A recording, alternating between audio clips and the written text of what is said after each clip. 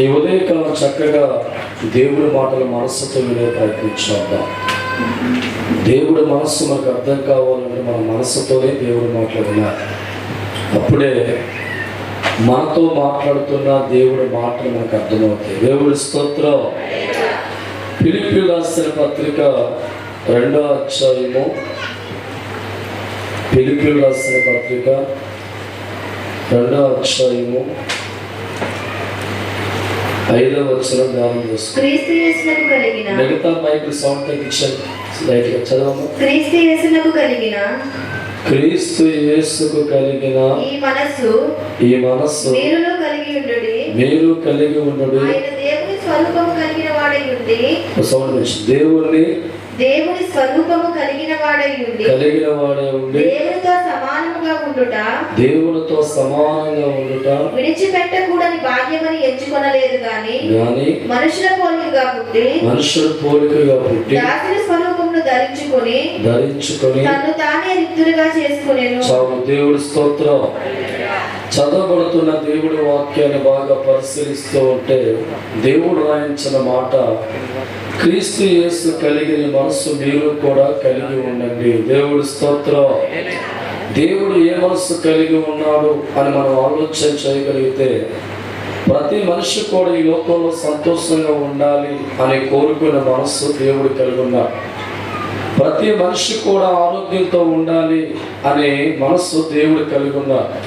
ఏ కుటుంబం కూడా అనారోగ్యంలో కానీ, బాధల్లో కానీ, కష్టాల వంటి పరిస్థితుల్లో ఏ మనిషి కూడా ఉండకుండా అభివృద్ధి కలిగిన వ్యక్తులుగా మన జీవితం ఉండాలని దేవుడు ఆ మనస్సు కలిగి ఉన్నాడు. దేవుడి స్తోత్రం. నేటి దినాల్లో మనుషుల జీవితాలు గమనిస్తూ ఉంటే, ఎవరైనా ఒక వ్యక్తి బాగుపడుతూ ఉంటే వారి గురించి ఏడ్చేవారు చాలా మంది ఉంటారు. ఒక కుటుంబం దీవించబడుతుంటే ఆ కుటుంబం గురించి ఏడ్చే కుటుంబాలు కనబడుతూ ఉంటాయి. ఒక మనిషి లోకంలో గొప్పవాడిగా మార్చబడుతూ ఉంటే ఆ వ్యక్తుల గురించి ఏడ్చే కుటుంబాలు 100లో ఉంటాయి. దానికి కారణం దేవుడి మనస్సు మనుషుడికి లేకపోవడం వల్ల. యేసు మనస్సు మనం బాగా పరిశీలిస్తూ ఉంటే, ఆయన మనస్సును అర్థం చేసుకుంటూ ఉంటే, ప్రతి మనిషి కూడా సంతోషంగా ఉండాలని కోరుకునే మనస్సు కనబడుతుంది. మనుషులు సంతోషంగా మారుతుంటే, మనుషులు అభివృద్ధిలోకి వెళుతుంటే ఆనందపడే మనస్సు దేవుడు కలిగి ఉన్నాడు. ఏ కుటుంబమైనా ఈ లోకంలో అభివృద్ధి చెందుతూ ఉంటే ఆనందపడే మనస్సు యేసు కలిగి ఉన్నాడు. అందుకే దేవుడి వాక్యం అంటుంది, ప్రతి మనిషి కూడా దేవుడి కలిగి ఉన్న మనస్సుని కలిగి ఉండాలి. దేవుడి స్తోత్రం. హల్లెలూయా. దేవుడు కలిగిన మనస్సు ఈనాడు చాలా మంది మనుషుల్లో కనబడతారు, చాలా కుటుంబాల్లో కనబడతారు. పక్కవాడు బాగుపడుతూ ఉంటే ఏడ్చే కుటుంబాలు కనబడుతున్నాయి. ఎవరైనా ఈ లోపల ఒక వ్యక్తి బాగుపడుతూ ఉంటే ఆ వ్యక్తి గురించి ఏడ్చే కుటుంబాలు చాలా కనబడుతున్నాయి. కారణం, వారికి దేవుడు మనస్సు లేదు. దేవుడు మనస్సు కలిగిన వాడు ప్రతి మనిషి జీవితం మేలుతో ఉంటే ఆనందపడుతూ ఉంటారు. ఒక కుటుంబం బాగుపడుతూ ఉంటే దేవుడు మనస్సు కలిగిన వాడు ఆనందిస్తూ ఉంటారు. ఒక ఊరు బాగుపడుతూ ఉంటే దేవుడు మనస్సు కలిగిన వాడు ఆనందిస్తూ ఉంటాడు. ఒక దేశం బాగుపడుతూ ఉంటే దేవుడు మనస్సు కలిగిన వాడు ఆనందిస్తూ. కారణం, యేసుకున్న మనస్సు ప్రతి మనిషి కూడా కలిగి ఉండాలి. హల్లెలూయా. నువ్వు కలిగిన దేవుడు, నమ్ముకున్న దేవుడు, ఆయన మనస్సు మనం పరిశీలిస్తూ ఉంటే, కుటుంబాలు బాగుపడుతూ ఉంటే ఆనందించేవాడుగా ఉన్నారు, జీవితాలు బాగుపడుతూ ఉంటే ఆనందించేవారుగా ఉన్నారు. ఆయన మనస్సు మనం బాగా పరిశీలన చేస్తూ ఉంటే మనిషి అన్న ప్రతి మనిషి కూడా సంతోషంగా ఉండాలని కోరుకున్న మనస్సు మనం నమ్ముకున్న దేవుడు కనబడుతుంది. ఆయన కలిగి ఉన్న మనస్సు ప్రతి మనిషికి ఈ లోకంలో కలిగి ఉంటే ఎక్కడ యుద్ధాలు జరగవు, ఎక్కడ దొంగతనాలు జరగవు, ఎక్కడ హత్యలు జరగవు, ఎక్కడ మానభంగాలు జరగవు, ఎక్కడ దోపిడి జరగదు. ఆయన కలిగిన మనస్సు ఊరు కలిగి ఉంటే ఊరు బాగుపడుతుంది. ఆయన కలిగిన మనస్సు మండలాలు కలిగి ఉంటే మండలాలు జనాలు బాగుపడతారు. ఆయన కలిగిన మనస్సు జిల్లాలో ఉంటే జిల్లాలు బాగుపడతాయి. ఆయన కలిగిన మనస్సు దేశంలో ఉంటే దేశమంతా బాగుపడుతుంది. హల్లెలూయా. నేటి దినాల్లో మనుషుల జీవితాలు గమనిస్తూ ఉంటే దేవుడు కలిగి ఉన్న మనస్సు కలిగి లేకపోవడం వల్ల అసూయతో, ద్వేషంతో, పగతో, కోపాలతో ఎవడైనా బాగుపడే వ్యక్తులుగా ఉంటే వాడు నాశనాన్ని కోరుకునే మనుషులే కనబడుతున్నారు. వాడి యొక్క చెడుని కోరుకునే మనుషులు కనబడుతున్నారు. వాడు బాగోడుపడుతూ ఉంటే దుఃఖపడే కుటుంబాలు కనబడుతున్నాయి. అందుకే దేవుడు వాక్యం అంటుంది ఇక్కడ, యేసు కలిగిన మనస్సు మనకు కలిగి ఉండాలి. ఈరోజు క్రైస్తవులుగా మారిన వారి జీవితం నిజముగా దేవుని కలిగిన మనుషులు గ్రామాల కోసం ప్రార్థించేవారుగా ఉంటాం, పట్టణాల కోసం ప్రార్థించే వ్యక్తులుగా ఉంటాం, దేశం కోసం ప్రార్థించే వ్యక్తులుగా ఉంటాం, పక్క కుటుంబాల బాగోగుల కోసం ప్రార్థించే వ్యక్తులుగా ఉంటాం. కానీ అందరి జీవితాన్ని గమనిస్తూ ఉంటే వాడి కుటుంబం మేలు మాత్రమే వాడు కోరుకుంటాడు, కానీ పక్కవాడి గురించి మోకరించే ప్రార్థన వాడికి ఉండదు. నా పంట బాగుండాలని కోరుకుంటాడు, నా భార్య బాగుండాలని కోరుకుంటాడు, నా గేదెలు బాగుండాలని కోరుకుంటాడు, నా మేకలు బాగుండాలని కోరుకుంటాడు. ఎవడెలా పోతే నాకెందుకు, ఎవడెలా సాగి నాకెందుకు, నా కుటుంబం బాగుంటే చాలు అనుకున్నవాడు లోకంలో అన్యుడు. కానీ దేవుని కలిగిన వాడు, క్రీస్తుని కలిగిన వాడు, మన దేవుడికి ఏ మనసు అయితే ఉందో ఆ మనసు మనం కలిగి ఉంటాం. కాబట్టి పక్క వారి కోసం ప్రార్థన చేస్తాం, ఊరి కోసం ప్రార్థన చేస్తాం, బంధువుల కోసం ప్రార్థన చేస్తాం, అధికారుల కోసం ప్రార్థన చేస్తాం. మనకు కనిపించలేని ప్రతి ఒక్కరి కొరకు ప్రార్థించే ఎవరైనా ఉన్నారంటే ఒక్క దేవుని కలిగిన వాడు మాత్రమే వారి కోసం ప్రార్థిస్తారు. దేవుడి స్తోత్రం. ఇది మనకు దేవుడు నేర్పించిన బోధ. నువ్వు నమ్ముకున్న దేవుడు ప్రపంచం బాగుండాలని కోరుకున్నాడు, నువ్వు నమ్ముకున్న దేవుడు దేశాలు బాగుండాలని కోరుకున్నాడు, నువ్వు నమ్ముకున్న దేవుడు ప్రతి మనిషి సుఖశాంతులతో ఉండాలని కోరుకున్నాడు. అందుకే ఆయన జీవితం కరిగిపోతున్నా, కొవ్వొత్తులు హారతైపోతున్నా తన జీవితాన్ని త్యాగం చేసి ప్రతి కళ్ళల్లో కూడా సంతోషం చూడాలి అనుకున్నాడు దేవుడు. ప్రతి మనిషి కూడా బాగుండాలి అనుకున్న దేవుడు, ప్రతి కుటుంబం కూడా బాగుండాలి అనుకున్నాడు దేవుడు. ఈ మనసు దేశాలకుంటే దేశాలు బాగుపడిపోతే, ఈ మనసు ప్రపంచాలకుంటే ప్రపంచాలు బాగుపడిపోతే, ఈ మనస్సుని పక్కిటుడుకు ఉంటే అందరూ బాగుంటారు. దేవుడి స్తోత్రం. హల్లెలూయా. దేవుడు మనస్సు మనుషులకి లేక పక్కవాడు బాగుపడుతూ ఉంటే ఏడ్చే కుటుంబాలు కనబడుతున్నాయి. కానీ దేవుడు ఆ కుటుంబాన్ని ఆస్వాదిస్తున్నాడు. నన్ను కూడా దేవుడు దీవిస్తాడని మంచి మనసు కలిగిన కుటుంబాలు నేటి కనబడినాల్లో కనబడతాల. అందుకే వారి జీవితాలు ఎప్పుడు ఏడుస్తూ ఉంటారు, ఎప్పుడు వారి సంతోషం లభించదు, చిరకాలమైన ఆనందం వారి జీవితాలు కనబడదు. కానీ దేవుడు నమ్ముకున్న ప్రతి మనిషిలో కూడా పక్కవాడు బాగుపడితే మనం సంతోషపడాలి, పక్కవాడు అభివృద్ధి చెంది సంతోషపడాలి, పక్కవారు మేలు కోరుకొని ప్రార్థించే వ్యక్తులుగా మారా. అది మనకి దేవుడు నేర్పిస్తున్న పాఠం. అందుకే దేవుడు వాక్యం అంటుంది, క్రీస్తు కలిగి ఉన్న మనస్సు మీరు కొరించాలట కలిగి ఉండాలి. దేవుడి స్తోత్రం. నీ దేవుడు మనస్సు ప్రతి మనిషి ఎలాగైతే ఆశీర్వాదం ఉండాలని కోరుకుందాం, నువ్వు నమ్ముకున్న దేవుడు మనస్సు ప్రతి మనిషి ఎలాగ వెలుగులో ఉండాలని కోరుకునే వ్యక్తులుగా ఉన్నారో, నువ్వు నమ్ముకున్న దేవుడు మనస్సు ప్రతి ఒక్కరి పట్ల మంచి అభివృద్ధిలో ఉండాలని ఎలాగైతే కోరుకున్నారో, దేవుడు నమ్ముకున్న బిడ్డల బట్టి అదే కోరుకుంటున్నా. గమనించండి, ఎక్కడైనా ప్రపంచంలో పక్కవారి కోసం ఉపవాసం ఉండి ప్రార్థించే మనుషులు ఉన్నారంటే ఒక్క దేవుడు నమ్ముకున్న బిడ్డలే తప్ప ఇంకెవ్వరు కనబడలేదు. దేవుడి స్తోత్రం. కరోనా టైంలో లక్షలాది మంది దేవుడిని ఆరాధించి ప్రతి మనిషి కూడా బాగుండాలని కోరుకొని ప్రార్థించిన వారు క్రైస్తవులు కాదా? కరోనా టైంలో ఆసుపత్రి రోగులతో ఉంటే ప్రతి మనుషులు కూడా బ్రతికించు నాయన అని ఏడ్చే మనుషులు దేవుని నమ్ముకున్నవారు కాదా? లోకంలో ఉన్న దేవుని కలిగి లేనివారు, దేవుని నమ్మలేనివారు, నా కుటుంబం క్షేమంగా ఉండాలని రకరకాల కార్యక్రమాలు పాల్గొంటే దేవుని నమ్ముకునే బిడ్డలు మాత్రం వాళ్ళ గృహాల్లో కన్నీరుతో ప్రార్థించారు. దేశం కోసం, ప్రజల కోసం ప్రార్థించారు. ఆసుపత్రి రోగాలతో పడి ఉంటే మనం కన్నీరు కలిసి దేవుని ఆరాధించే వ్యక్తులుగా మారారు. అలా కలిగిన మనసు ఎక్కడి వచ్చిందంటే మన దేవుడు వచ్చి మనకు వచ్చింది. దేవుడు ఇచ్చిన వాక్యాన్ని బట్టి, దేవుడు మనస్సును బట్టి, ఆయన చెప్పిన బోధన బట్టి నేటి దినాల్లో దేవుడు నమ్ముకున్న ప్రతి మనిషి కూడా సమస్త వాటి కొరకు ప్రార్థిస్తూ ఉంటాడు, పక్క వారి కోసం ప్రార్థిస్తూ ఉంటాడు.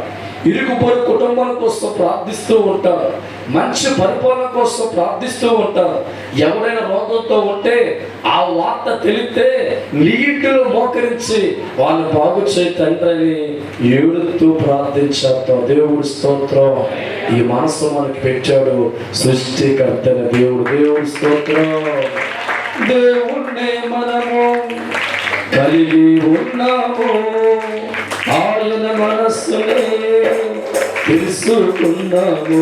దేవుణ్ణి మనము కలిగి ఉన్నాము, ఆయన మనస్సునే తెలుసుకున్నాము. ఊరు వాడ బాగుండాలని, పక్కవారు క్షేమంగా ఉండాలని, ఊరు వాడ బాగుండాలని, పక్కవారు క్షేమంగా ఉండాలని, మనుషులు అందరూ సంతోషంగా జీవించాలని, మనుషులు అందరూ సంతోషంగా జీవించాలని కోరుకున్నాడు దేవుడు. నేటిదినమునా ప్రార్థించాలి అన్నాడు, నేటిదినమునా కోరుకున్నాడు దేవుడు.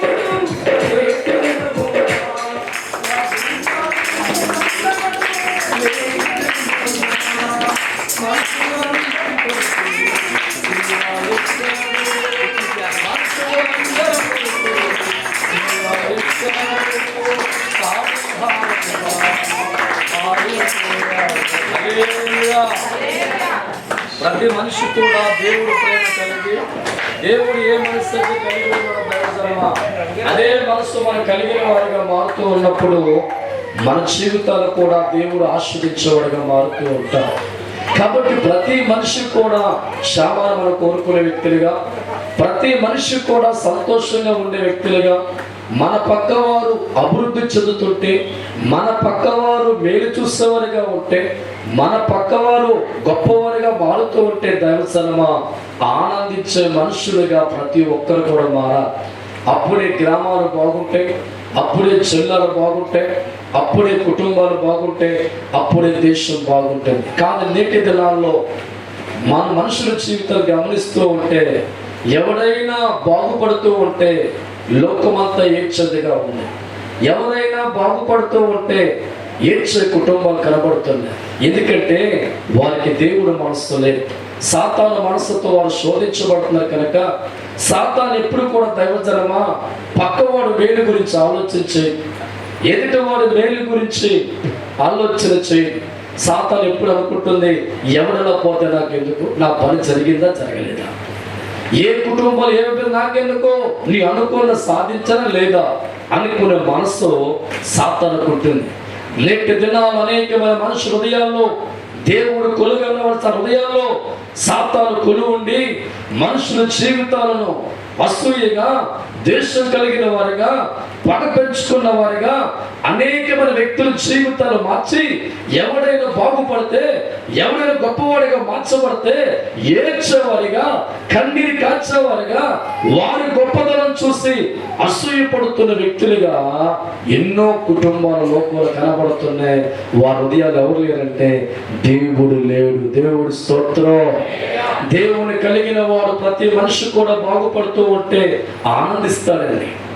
దేవుని కలిగిన వాడు పక్కవాడు బాగుపడుతూ ఉంటే సంతోషిస్తాడండి. దేవుడు కలిగిన వాడు ఎదురింటి వాడు బాగుపడుతూ ఉంటే ఆనందిస్తాడండి. ఒకవేళ దేవుడు కలిగిన వాడు మనస్సు గమనిస్తూ ఉంటే, పక్కవాడు అనారోగ్యంతో ఉంటే, బాధలతో ఉంటే తన ఇంటిలో కన్నీరు కాచి పక్క కుటుంబాలు బాగు చేయని తండ్రి, పక్కవాడు అభివృద్ధి పరచని తండ్రి, గ్రామాన్ని ఆస్వాదించున్నాయనని వాడి కన్నీరుతో ప్రార్థిస్తూ ఉంటాడు, కన్నీరుతో మొరపెడుతూ ఉంటాడు. ఉపవాసంతో దేవుని వేడుక కారణం దేవుడి కలిగిన మనస్సు దేవుడి బిడ్డల్లో మాత్రమే ఉంటుంది. దేవుడి స్తోత్రం. హల్లెలూయా. అందుకే దేవుడు వాక్యం అంటుంది, ఈ లోకములో యేసు కలిగిన మనస్సు ప్రతి మనిషి కూడా కలిగి ఉంటే ప్రతి ఒక్కరు కూడా క్షేమంగా ఉంటారు. నేటి దినాల్లో మనస్సు లేని వారు ఎంతో మంది ఉన్నారు. కానీ దేవుని కలిగిన వాడు ఒక్కడ మాత్రమే సమాజం కోసం నోరెట్టు ప్రార్థన చేస్తాం, దేశం కోసం నోరి ప్రార్థన చేస్తాం, గ్రామాల కోసం, గ్రామ పెద్దల కోసం, ఊర్ల కోసం ప్రార్థించే వ్యక్తులు ఎవరైనా ఈ లోకంలో ఉన్నారంటే ప్రపంచమంతా వెతికితే క్రైస్తవులు ఒక్కరే ఆ మనస్సు కలిగి ఉంటారు. ఆరు ఒక్కరు మాత్రమే ప్రార్థించే వ్యక్తులుగా ఉంటారు. కానీ యేసు కలిగి లేని వారు బతుకు మనం ఆలోచిస్తూ ఉంటే వారు ఎప్పుడు దండం పెట్టుకున్నా నాకు పంట బాగా పండించు, నా బిడ్డలు బాగా చూడు, నా కలిసి చేయమని వాడి కోసం దండం పెట్టుకోడు తప్ప పక్కన గురించి ఆలోచించే వాడికి మనకి తేడా అదే. తప్పలు కొట్టండి. హల్లెలూయా. వాడి కుటుంబం కోసమే వాడు మొక్కుబడులు చేసుకుంటాడు. మనం ప్రపంచం కోసం ఆర్తిగా మారిపోతాం. ఈ ఉదయకాలం దేవుడు ఇచ్చిన మాటలు బాగా పరిశీలించాయి. ఒకవేళ నీవు కూడా ఇటువంటి మనస్సు లేకుండా భక్తి జీవితం చేస్తున్నావేమో, ఇటువంటి మనస్సు లేకుండా జీవితంలో పరిగెడుతున్నావేమో, క్రీస్తు కలిగిన మనస్సు నీకు లేకపోతే నువ్వు దేవుడు కుమారుడివే, కుమార్తెవే కాదని దేవుడు వాక్యం సెలవిస్తాడు. నీ తండ్రి కలిగి ఉన్న మనస్సు నువ్వు కలిగి ఉండి ప్రార్థిస్తే నీ కుటుంబాన్ని దేవుడు ఆశీర్వదించడా, నీ జీవితాన్ని దేవుడు గొప్పగా మార్చడా. ఎదుటి వాడు మేలు కోరుకుంటే దేవునికి ఏం చేస్తారంటే మేలు కోరుతాడు. దేవుడు స్తోత్రం. అలాగే ఒక ఊర్లో దావజరమా ఒక అన్యుడు ఒక క్రైస్తవుడితో పక్క పక్కనే ఉన్నారు. ఇద్దరు కూడా స్నేహితులుగా మార్చబడ్డారు.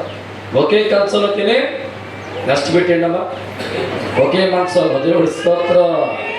అయితే క్రైస్తవుడు ప్రతిరోజు కూడా స్నేహితుడిగా ఉన్న అన్యుడి కోసం ప్రార్థన ఏమని చేద్దంటే, బాబా వాడికో ఇల్లు లేదు, దయచేసి వాడికి ఇల్లు తండ్రి అని పక్కవాడి కోసం ప్రార్థిస్తూ ఉన్నా. ఈ అన్యుడు అంటున్నాడు, నాకు ఇవ్వకపోయినా పర్లేదేమో, ఆడికి వాడికి ఏం రాకూడదు, ఇల్లు ఇవ్వద్దు. దేవుడి స్తోత్రం. ఈ క్రైస్తవుడిగా ఉన్నవాడు ప్రతిరోజు కూడా అన్యుడిగా ఉన్న వాడికి ఇల్లు లేకపోతే వాడికి ఇల్లు తండ్రిని కన్నీరుతో ఏడుస్తున్నాడు. అది వాడికి ఉన్న మనస్సు. కానీ స్నేహితుడిగా ఉన్న వీడి మనస్సు గమనిస్తూ ఉంటే నాకు ఇవ్వకపోయినా పర్లేదు అమ్మా, వాడికి వాడికి ఏం చేయకూడదు, ఇల్లు ఇవ్వద్దా. దేవుడు స్తోత్రం. కొన్ని రోజుల తర్వాత గమనిస్తే పక్కోడికి ఇల్లు రావాలని ప్రార్థించే వాడికి మంచి ఇల్లు దేవుడు స్తోత్రం. వాడికి మట్టుగా ఏ ఇల్లు రాలా. తర్వాత కాలంలో పక్క ఇంట్లో వాడి గురించి, అన్యుడిగా వాడి గురించి క్రైస్తవులు ప్రార్థిస్తూ ప్రభు నడిచి వెళ్తున్నాడు, ఆడుకో బైక్ తండ్రి అని చెప్పి దేవుడి సన్నిధిలో ప్రార్థిస్తూ ఉన్నా. ఈ అన్యుడు అంటున్నాడు, ఎత్త ఇల్లిచ్చో కానీ అడిగి ఏమవద్దు బైక్. దేవుడు స్తోత్రం. ఈ క్రైస్తవుడు దేవుడు కలిగిన మనస్సు కలిగి పక్కవాడు అవసరాలు ఎరిగిన వాడిగా ఉండి వాడి కూడా కన్నీటితో ప్రార్థించి వాడికి ఇమ్మని దేవుడితో మాట్లాడుతుంటే, దేవుడి కలిగి లేనివాడు పక్కవాడికి ఆశీర్వాదం కోరుకోకుండా వాడికి ఏమి ఇవ్వద్దని చెప్పి పూజలు చేయడం ప్రారంభించారు. తంత్రాలు, మంత్రాలు, జపాలు, తపాలు చేస్తూ ఉంటే వీళ్ళు ఏమి ఇవ్వద్దు అందులో చేస్తున్నాడో అవన్నీ కూడా దేవుడు ఆ భక్తులు చెప్తున్నాడు. దేవుడు స్తోత్రం. చూసారా దేవజనమా, మంచి మనసు కలిగి పక్కవాడు మేలు కోరుకుంటే ఈ వ్యక్తికి మేలు జరుగుతుంది. చెడ్డ మనసుతో ఉన్న అన్యుడు లోకంలో ఉన్నవాడు మంత్ర తంత్రాలు చేసి వాళ్ళు పడగొట్టాలి, దీవులు రాకూడదు ఆపుతూ ఉంటే వాళ్ళ జీవితం నష్టపోతూ ఉంది. గమనించావా? క్రీస్తు కలిగిన మనసు కలిగిన వాడు భక్తి జీవితం అందరి ఆశీర్వాదం కోరుకుంటుంటే లోకంలో ఉన్న మనిషి పక్కవాడు బాగుపడకూడదు, పక్కవాడు గొప్పవాడు కాకూడదని జపాలు, తపాలు, మంత్రాలు చేసుకుంటూ వెళ్ళిపోతూ ఉంటే అణిచివేస్తాడు దేవుడు. వారిని పైకి లేవనెత్తుతాడు. అందరు మనిషి కోరుకున్నవాడు. దేవుడి స్తోత్రం. హల్లెలూయా. రోమీయులకు రాసిన పత్రిక 15వ అధ్యాయము 2వ వచనం ధ్యానం చేసుకుందాం. తన పొరుగువానికి క్షేమాభివృద్ధి కలిగిన మనలో ప్రతివాడు మేలైన దాని యందు సంతోషపరచవలెను. క్రీస్తు కూడా తాను సంతోషపరచుకోలేదు గాని నిన్ను నిందించి వారి నిందలు నా మీద పడినాని. దేవుడు స్తోత్రం. బైబిల్లో దేవుడి వాక్యం అంటుంది, నీ పొరుగు వారి క్షేమాభివృద్ధిని కోరుకున్నట్లుగా సంతోషపడు. ఏముందండి? నీ పొరుగువాడు క్షేమాభివృద్ధిని కోరుకునే మనసును కలిగి ఉండాలి. క్రీస్తు కూడా తన సొంత ప్రయోజనమే కోరుకోకుండా ప్రతి ఒక్కరి ఆశీర్వాదం ఒక ఎలా వ్యక్తులుగా మార్చబడ్డాడో నీ పొరుగు వారి యొక్క క్షేమాన్ని ఏం చేయాలంట? ప్రతి మనిషి కూడా కోరుకోవాలి. నీ పొరుగు వాడు బాగుండాలని కోరుకుంటే నీ కుటుంబాన్ని దేవుడు బాగు చేయడా? నీ పొరుగు వాడికి మంచి ఆరోగ్యం ఉండాలని కోరుకుంటే దేవునికి మంచి ఆరోగ్యం ఇవ్వడా? నీ పొరుగువాడు బాధల్లో ఉండకూడదని నువ్వు కోరుకునే మనసు ఉంటే నిన్ను బాధలు లేకుండా దేవుడు కాపాడ్డా? దేవుడు వాక్యం అంటుంది నీ పొరుగు వారి యొక్క క్షమాభించనంట మనం కలిగి సంతోషపడాలి. ఎవడైనా పక్క బిల్డింగ్ కట్టుకుంటే ఒకవేళ దేవుడు నమ్ముకునే వాడిగా పురుగుడుస్తులో ఉంటే వాడి బిల్డింగ్ చూసి ఏడమాక సంతోషించు. ఎవడైనా అప్పులు లేకుండా 4 రూపాయలు సంపాదించుకొని దేవుడు బతుకుతూ ఉంటే ఒకవేళ నీకు అప్పుల్లో ఉంటే ఏడవమాక. దేవుడు వాక్యం అంటుంది నీ పొరుగు వారి యొక్క శ్రమాన్ని చూసి ఏం చేయాలంట? సంతోషపడాలా. తప్పలు కొట్టండి. హల్లెలూయా. నీ ఉన్న గ్రామంలో ఉన్నవాడు బాగుపడుతూ ఉంటే, నీ పొరుగు వారు క్షేమంగా ఉంటే, నీ పొరుగు అభివృద్ధి చెందుతూ ఉంటే ఆ పొరుగు వారు చూసిన మనుషులు ఏం చేయాలంటే సంతోషపడే వ్యక్తులుగా మారాలా, ఆనందపడే వ్యక్తులుగా మారాలా. ఆ సంతోషాన్ని వారితో పంచుకున్న వారిగా జీవితాన్ని మార్చుకోవాలా. అంటే ప్రతి ఒక్కరు క్షమాభివృద్ధిని కోరుకుంటే నీకు దేవుడు ఏం చెప్తాడంట? క్షమాభివృద్ధి కలిగ చేస్తాడు. ప్రతి ఒక్కరు మేలు నువ్వు కోరుకుంటే నీ కుటుంబానికి మేలు దేవుడు చేస్తాడు. ప్రతి ఒక్కరు బాగుండాలని కోరుకుంటే నీ కుటుంబం అందరినీ బాగు చేస్తాడు. ప్రతి ఒక్కరికి అన్నం దొరకాలి అని నువ్వు ఆనందిస్తే నీ నోటికి దేవుడు అన్నాన్నిస్తాడు. దేవుడు స్తోత్రం. హల్లెలూయా. ఈ మనసు ఎంతో మందికి లేకపోవడం వల్ల ఎదుటివ నష్టాలు కోరుకొని వారు బాగుపడుతూ ఉంటే ఏడ్చే కుటుంబాలు ఇప్పటికి ఏడుతూనే ఉంటాయి. ఎందుకంటే మంచికి దేవుడు న్యాయం చేస్తాడు తప్ప చెడ్డగా దేవుడు చేయలేడు. నువ్వు మంచి కోరుకునే వ్యక్తిగా ఉంటే, మంచి హృదయాలు కలిగిన వ్యక్తిగా ఉంటే, మంచి మనసు కలిగిన వ్యక్తిగా ఉంటే, నేనే కాదు నా పక్క వాళ్ళందరూ బాగుండాలని ఆలోచించే మనసు కలిగి ఉంటే ఆ కుటుంబాలు దేవుడి చేత ఆస్వాదించబడతాయి. దేవుడి సన్నిధిలో వారు వర్ధిల్లుతూ ఉంటారు. దేవుడి చేతుల్లో వారు వాడబడుతూ ఉంటారు. దేవుడు కాపుదల కుటుంబానికి ఉంటుంది. అలా కాకుండా దైవజనమా పక్కోడు బాగుపడుతూ ఉంటే, ఏడ్చుతూ ఉంటే, కన్నీరు కారుస్తూ ఉంటే, ఎలాగైపోయాడా అలాగే పడుకుంటూ ఉంటే ఆ అయిపోతూనే ఉంటాడు, నువ్వు ఏడుతూనే ఉంటావు. దేవుడి స్తోత్రం. హల్లెలూయా. ఏ వ్యక్తి అయితే ప్రతి మనిషి కూడా బాగుండాలని కోరుకునే మంచి మనసు ఉంటుందో వాడికి ఎప్పుడు మంచి జరుగుతుంది. ఏ కుటుంబాలైతే పక్క కుటుంబాలు, నా ఊరు, నా గ్రామం, నా ప్రజలు, అధికారులు, నా పక్క ఉన్న అందరూ బాగుండాలని కోరుకుంటాడో అన్ని విషయాలు వాడు బాగుంటాడండి. ఏ కుటుంబాలైతే పక్కవారు బాగుపడుతూ ఉంటే ఏడ్చేవారిగా దుఃఖపడేవారిగా ఉంటారో వారి జీవిత కాలం అంతా ఏడుతూనే ఉంటారు, జీవిత కాలం అంతా బాధపడుతూనే ఉంటారు తప్ప వారు ఎప్పటికీ ఎదగలేరు.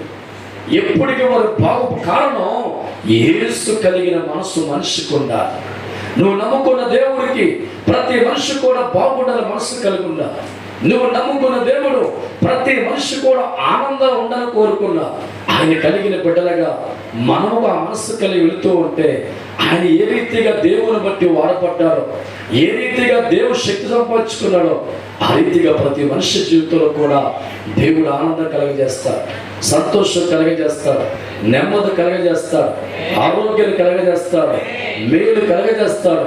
నీ పక్కనంతా కరువుతో ఉన్న నీ ఇంటిలో దేవుడు కరువు రానివ్వడు, కరువు ఉంచడు, అనారోగ్యంతో మార్చడం, అప్పుల్లో ఉంచడు. కానీ వారు ఏడుస్తున్న కొలది నీ జీవితాన్ని సిగిరింపు చేస్తూ ఉంటాడు, గొప్పవాడిగా మారుస్తూ ఉంటాడు, ఉన్నతమైన స్థానంలో ఉంచుతారు. ఆ ఏడుపులన్నీ నీకు దేవుడికరంగా మారుతుంది. తప్పకుండా హల్లెలూయా, హల్లెలూయా. బిలాము జీవితం బాగా మనం పరిశీలిస్తూ ఉంటే తన నోట ఒక ప్రవచనం ఉండే దైవజనం. ఎవరు దీవిస్తే వారు దీవించబడుతుండేవారు, ఎవరు శపిస్తే శపించబడే వరాన్ని కలిగి ఉన్న బాలాకులకు రాజు అంటున్నాడు, ఎన్ని కోట్లైనా పర్వానికి ఇస్తాను కానీ ఎప్పుడు చూసినా దేవుని నమ్ముకున్న వారు విజయంతో ఉంటున్నారు. నేను ఎన్ని ప్లానింగ్లు ఎత్తున్నా వారు ఓడిపోతున్నా. కాబట్టి నీకున్న వరాన్ని ఉపయోగించి ఇశ్రాయేలు శపించు, బంగారం నీకు ఇస్తానంటే డబ్బుకు లోపడిన వాడిగా బిలాము తయారయ్యి ఆ ఇటువంటి స్థలంలోకి వెళ్ళి శపించేవాడిగా మారుతే ప్రయత్నం చేస్తున్నాడు. అయితే దైవసనమా, నువ్వు నమ్ముకున్న దేవుడు వాళ్ళు శపిస్తూ ఉంటే ఆ శాపాన్ని దేవుడికరంగా మారుస్తూనే ఉన్నాడు. దేవుడి స్తోత్రం. నష్టపోను గాక అంటే నష్టానికి వ్యవస్థ ఏంటి? ఆశీర్వాదం. రోగంతో ఉండదు కాక వ్యవస్థ ఏంటి? ఆరోగ్యం. వీళ్ళు అప్పుల్లో ఉండదుగా ఆశ ఏంటి? అప్పించవుడిగా మారుడుగా. ఒక్కొక్క మాట వ్యవస్థగా మాట్లాడుతుంటే, ఒక్కొక్క మాట శపించే మాటలు మాట్లాడుతూ ఉంటే, ఒక్కొక్క మాట శాపనార్థం మాట్లాడుతుంటే దేవుడు రివర్స్గా మార్చి వారి శాపనార్థాలన్నీ కూడా ఆ భక్తుల ఇశ్రాయేలు జీవితానికి ఆశీర్వాదాలుగా మార్చుకుంటూ ఒక దేవుడి స్తోత్రం. హల్లెలూయా. దీవించే దేవుడు మనకుండగా శాపనార్థాలే దీవించే దేవుడు మనకుండగా శాపనార్థాలే నష్టపోవాలని ఆకారు వచ్చిన వేలుగా నీ దేవుడు మారుస్తాడు. నష్టపోవాలని శాపాలే వచ్చిన వేలుగా నీ దేవుడు మారుస్తాడు.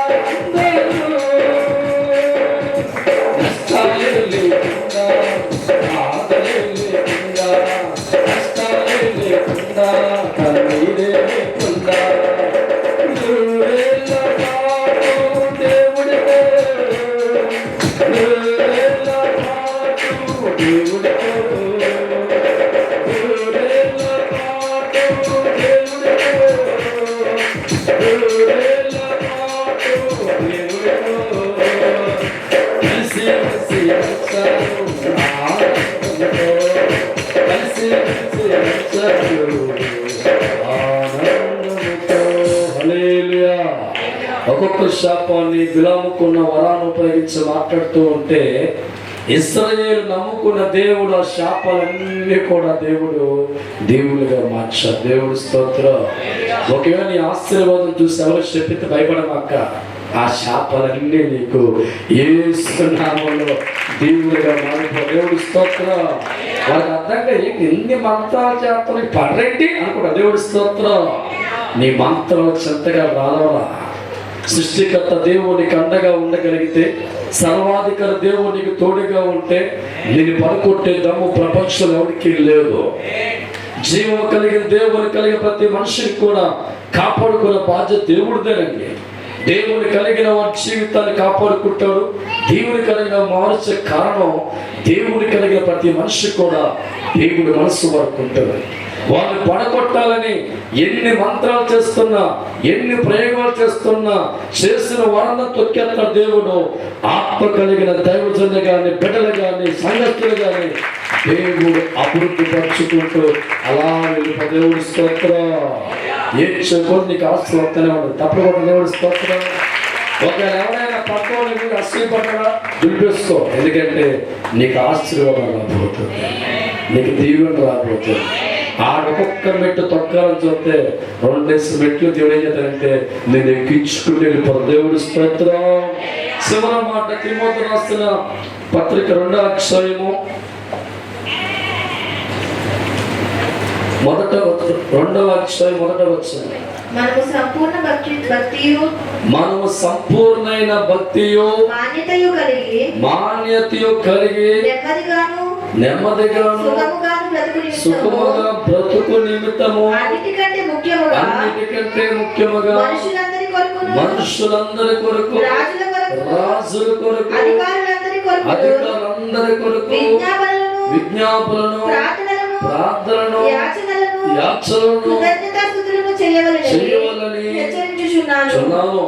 ఇది మంచిది దేవుని దృష్టికి అనుకూలమై ఉన్నది. దేవుడి స్తోత్రం. మన దేవుడు ఏం చెప్పారండి? మనుషులందరి కొరకు మనం ప్రార్థన చేయమన్నాడు. అందరి కొరకు మనకు అన్నాడు చెప్పాలి. మనుషులందరి కొరకు మీరు ప్రార్థన చేయాలి, రాజులందరి కొరకు ప్రార్థన చేయాలి, లోక అధికారులందరి కొరకు ప్రార్థన చేయాలని ఆనాడు అపోస్తలుడు పౌలు దేవుడు ఆత్మ కలిగిన వాడిగా, దేవుడి చేత బోధించబడిన వాడిగా ఆనాడు ఉన్న సంఘాలతో దేవుడు మాట్లాడుతూ ఉన్నారు. గమనించాలి. ఈ లోకంలో ఎవరైనటువంటి మనసు కలిగి ప్రార్థించేవారు ఉన్నారంటే మనం తప్ప ఎవరు చెప్పారు? మనం తప్ప ఎవడైనా గ్రామం కోసం ఉపవాసం ఉంటాడా? పక్కవారు బాగుండడం కోసం రాత్రంతా కూడుకొని ప్రార్థించే మనసు అందరికుందా? మనం మాత్రమే రాత్రంతా మెలకు ఉండి శరీరం అలసిపుచ్చుకొని గ్రామాలు బాగుండాలని, పక్కవారు బాగుండాలని ప్రార్థించే దమ్మున్న మనగారు క్రైస్తవులు ఒకరిని. దేవుడి స్తోత్రం. ఏ అన్యుడికో రాత్రంతా కూడా మెలకు ఉండి ఊరి కోసం ప్రార్థించే ఎవరండి? ఏ అన్యుడు కూడా రాత్రంతా మెలకు ఉండి మోకాల మీద ఉండి పక్కవారు బాగుండడం కోసం ప్రార్థించడం ఏ ఒక్క అన్యుడు కనబడ్డావు? ఏ మనిషి కూడా రాత్రంతా మెలకు ఉండి మోకాల మీద ఉండి గ్రామాల కొరకు, ప్రజల కొరకు, ఊరు పెద్దల కొరకు ప్రార్థించే మనుషుల్లో ఒక్క అన్యులు కనబడ్డండి. రాత్రంతా మెలకు ఉండి శరీరం అలసిపుచ్చుకున్న మనసు ఎవరికైనా ఉందంటే మనకు కదా. మనలో బట్టే ప్రపంచాలు బాగున్నాయి. మనమే ప్రార్థన మానేసామా మొత్తం తుడిచిపోదంతే తప్పలు కూడా. దేవుడి స్తోత్రం. దేవుడు నమ్ముకున్న ఒక్కరోజు ప్రార్థన మాన చేతులు కట్టుకుంటే తిరుగుతుంది అందరూ కూడా. ప్రపంచంలో 700 కోట్ల మంది జనాభా ఉంటే 400 కోట్ల మంది దేవుణ్ణి ఆరాధించి దేశం కోసం, ప్రజల కోసం, అధికారుల కోసం, గ్రామాల కోసం ఏడుతున్నారు వారు బాగుండాలని. అందుకే దేశాలు పచ్చగా ఉన్న కారణం.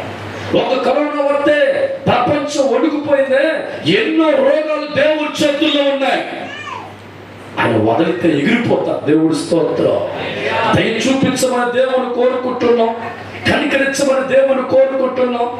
లక్షలాది కోట్లాది మంది క్రైస్తవులు వారి గృహాల్లో, మందిరాల్లో మోకరించి అనారోగ్యాలు ఉండకూడదని, వ్యాధులు రాకూడదని, యుద్ధాలు జరగకూడదని, గ్రామాలు బాగుండాలని, పక్కవారు బాగుండాలని లక్షల కోట్ల మంది దేవుణ్ణి ఆరాధిస్తున్నారు. కాబట్టి మీ గ్రామం బాగుందరా? ఈ సన్నిధికి లేచిన చెప్తున్న ఆత్మతో లేచిపోతా. దేవుడి స్తోత్రం. హల్లెలూయా. సృష్టికర్త దేవుడి గ్రామాన్ని కాపాడుకుంటూ, ప్రజలను కాపాడుకుంటూ, ప్రపంచాన్ని కాపాడుకునే మనసు కలిగిన వాడిగా ఆయన చేతిని చాపి అడ్డుపడుతూ ఉంటే దేవుడిచ్చిన మనసు అర్థం కాక, దేవుడి జ్ఞానం లేక పక్కవాడు దీవించబడి ఏడ్చే మనుషులు కలిగిన వాడిగా ప్రపంచంలో చాలా కనబడుతున్నారు. చెప్తున్న ప్రభు ఆత్మతో వస్తున్న రోగాలు భూమి మీదకి లేచిపోతారు. జనాలు మొదలవుతున్నాయి. ఆనాడు ఆవలైపోయిన దేవుడు చెప్పాడు, తూర్పు దిక్కు నుంచి వ్యాధి వద్ద చెప్పాడు. చెప్పిన వారికి కరోనా వచ్చి దేవుడి స్తోత్రం. మళ్ళా స్టార్ట్ కాబోతున్న ప్రపంచ రోగాలు. దేవుడికి లోపడిన వారు, దేవుడికి భయపడిన వారు, దేవుడి బిడ్డలను అంచనా చూసేవారు ప్రతి ఒక్క జీవికి ఎత్తుకెళ్ళిపోవడానికి సర్వ రోగాలు దేవుడు సిద్ధపరుస్తూ ఉన్నాడు. రోగానికి మందే దొరకదు. చెప్తాను రోగాలకు మందు దొరకదు. దేవుల్లో ఉన్నవాడు బతికి బట్ట కడతాడు, దేవుడు లేనివాడు పాడి కట్టే పరిస్థితులు మారిపోతారు. దేవుడు ఉగ్రత మరలా రాబోతారు. మనం ప్రజల కోసం ప్రార్థిస్తాం, అధికారుల కోసం ప్రార్థిస్తాం, లోకం కోసం ప్రార్థిస్తాం. ఆ లోక వ్యతిరేకమైతే ప్రార్థన ఆపుతాం. ప్రార్థన ఆపిన వెంటనే రంగంలోకి దిగుతారు. ఎవరండి? కత్తులు పట్టుకో, బాంబులు పట్టుకో, తుపాకు పట్టుకో, మనం మౌనమైపోతాం. హల్లెలూయా. కొమ్ము తిరిగిన మొనగాడైనా, కోట్ల ఆస్తి కలిగిన వాడైనా, 100 ఎకరాల పొలం కలిగిన వాడైనా ఒక్కసారి రంగంలో దిగాడంటే వాడికి తెలియకుండా లేచిపోతారు. భయపడవా? దేవుడికి భయపడవా? నోటికి వచ్చినట్లుగా ప్రవచనాలు మాట్లాడే వ్యక్తుల జీవితాల్లో ఆ నోరు మౌనైపుదన వస్తాయి. ప్రతి మనిషి కూడా ఆలోచించాలి. దేవుడి కోసం ఏ మనుషులు కలిగి ఉన్నాడో మనుషు కలిగి ఉంటే ఊరు బాగుపడదా? ఎక్కడ దొంగ జరుగుతాయా? హత్యలు జరుగుతాయా? మానభంగాలు జరుగుతాయా? ప్రతి కుటుంబాలు క్షేమంగా ఉంటాయి. నీ క్షేమం నేను కోరుకుంటే, నా క్షేమం నువ్వు కోరుకుంటే ఎందుకు గొడవలు వస్తాయి? నువ్వు బాగుండాలని కోరుకుంటే, నీ బాగుండాలని కోరుకుంటే ఎందుకు ఇబ్బందులు వస్తాయి? నా వేలు నువ్వు కోరుకుని నేను కలుపుకుంటే ఆ కుటుంబాలు బాగుపడతాయి, ఆ గ్రామాలు బాగుపడతాయి, ఆ ఊరు బాగుపడుతుంది. ప్రపంచం అంతా కూడా దొంగతనాలు లేకుండా, హత్యలు లేకుండా, మానభంగాలు లేకుండా, దోపులు లేకుండా చల్లని దేవులతో ఉండాలంటే యేసు మనసు ప్రతి ఒక్కరి కలిగి ఉండాలి. ఆ మనస్సు కలిగి ఉంటే ప్రతి ఒక్కరు ఆనందిస్తూ ఉంటారు. 10 రూపాయలు సంపాదించి ఆనందపడుతూ ఉంటే మనం ఆడే సహాయం చేస్తారుగా. నీళ్ళు అందుతుంది చెప్పండి. పక్కోడు అడుగుతుంటే నా ఏజం చేస్తాడు. అవునా కదా? నువ్వు అప్పుడుతో ఉన్నావు, పక్కవాడు బాగుపడ్డాడు కాబట్టి పిచ్చాడు నీకు. వాడు కూడా బాగుపడని చేస్తే నీకు ఎవడో నీకు సాయం చేస్తుంది. పక్కోడు బాగుండు కోరుకుంటే నువ్వు బాగుంటావు, నువ్వు బాగును కోరుకుంటే వాడు బాగుంటాడు. అందరూ బాగుని కోరుకుంటే అందరూ బాగుంటాం.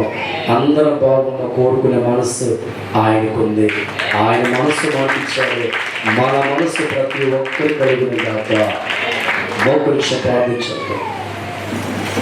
పరిశుద్ధుగా ప్రేమ కలిగిన తండ్రి, క్రీస్తు కలిగి ఉన్న మనస్సు మీరు కలిగి ఉండాలి అని మాకు నేర్పించావు తండ్రి.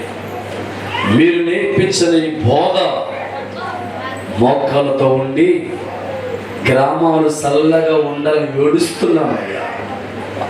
ఊరు ప్రజలు చల్లగా ఉండాలని కన్నీరు కారుస్తున్నాం తండ్రి. మమ్మల్ని మా చురుపక్క కుటుంబాలు బాగుండాలని ప్రార్థన చేస్తున్నాం తండ్రి. నీకున్న మనస్సు ప్రతి మనిషి కలిగి ఉంటే ప్రతి ఒక్కరు కూడా బాగుంటారు మాట్లాడుతున్నారు తండ్రి. ఇదిగో మీ పొరుగు వారి క్షేమాభివృద్ధిని మీరు కోరుకోండి. వారు క్షేమంగా ఉన్న తరుణాన్ని బట్టి సంతోషించమన్నా తండ్రి. ఎవరైనా తెలుసో తెలియకో సంఘములో ఉన్నవారు పక్కవారు దీవెన చూసి ఒకవేళ బాధపడుతున్నారేమో, పక్కవారు ఆశీర్వాదం చూసి ఒక ఆశ్చర్యపడుతున్నారు. క్షమించండి తండ్రి. ఆ మనసు మాకు వద్దయ్యా. అది సాతాను మనసు, అది దెయ్యపు మనసు. అదే నీ మనసు మనుషులందరూ బాగుండాలని కోరుకున్నాం. నీ మనసు ప్రతి కుటుంబాలు బాగుండాలని కోరుకున్నాం. నీ మనసు ప్రపంచం అంతా చల్లగా ఉండాలని కోరుకున్నాం తండ్రి. ఏ మనసు అయితే మీరు కలిగి ఉన్నారో ఆ మనసు మాలో ఎవరికైనా లేకపోతే దయచేయండి బాబు. మేమందరం మీ పోలికలో పుట్టాం తండ్రి. ప్రపంచం ప్రతి మనిషిని పోలికే, కానీ తారతమ్యం కలిగిన మనస్తత్వాలతో ఒకవేళ ఉన్నాను. అటువంటి వాటిని దూరపరిచి ఈ సమయమందు ప్రతి మనిషిని కూడా ఆశ్రయించి కుటుంబం దీవించిన యేసుక్రీస్తును నడుచున్నాం తండ్రి. సమర్పణ పాటతో ముందుకెళ్దామండి.